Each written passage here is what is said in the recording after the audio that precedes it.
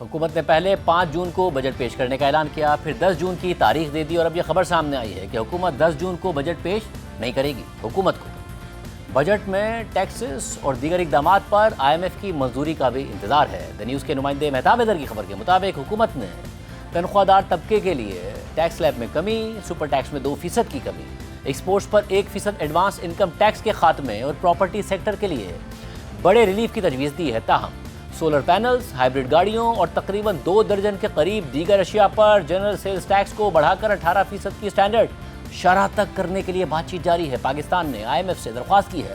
کہ ماحول دوست اور توانائی کی بچت کو یقینی بنانے کے لیے الیکٹرک گاڑیوں پر جنرل سیلز ٹیکس کی شرح کو کم ہی رکھا جائے۔ یہ درخواست resilience and sustainability facility program کے تحت $1.4 ارب کے IMF پروگرام کے تحت توانائی کے تحفظ کو یقینی بنانے کے لیے کی گئی ہے۔ اعلیٰ سرکاری ذرائع نے دی نیوز کو تصدیق کی ہے کہ 30 جون 2026 کو ختم ہونے والے رواں مالی سال کے لیے FBR کے ٹیکس ہدف کو کم کر کے 13,428 ارب روپے کرنے کے بعد اب IMF کے ساتھ مل کر اگلے مالی سال کے لیے ٹیکس وصولی کے ہدف کو بڑھا کر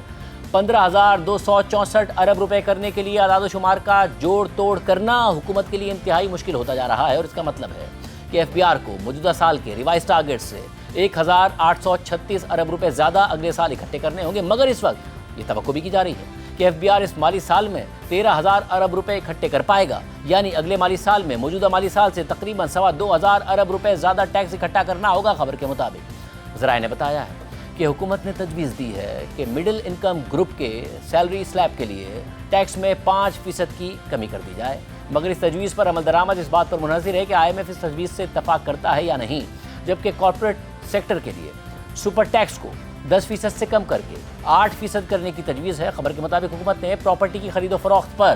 بڑے ریلیف کی تجویز دی ہے، جس کے تحت ٹیکس فائلرز کے لیے پراپرٹی کی خرید و فروخت پر ٹیکس 0 کر دیا جائے گا، مگر IMF کا اصرار ہے کہ پراپرٹی کی ٹرانزیکشن پر کم از کم ٹیکس ضرور ہونا چاہیے، چاہے وہ 0.5% سے 1% کی رینج میں ہو، تاکہ ڈاکیومنٹیشن کو یقینی بنایا جا سکے۔ اس کے علاوہ حکومت نے اس وقت 18% سٹینڈرڈ سیلز ٹیکس نافذ کیا ہوا ہے، مگر IMF چاہتا ہے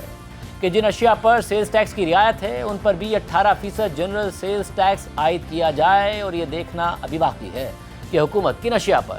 سیلز ٹیکس پر رعایت لینے میں IMF سے کامیاب ہوتی ہے۔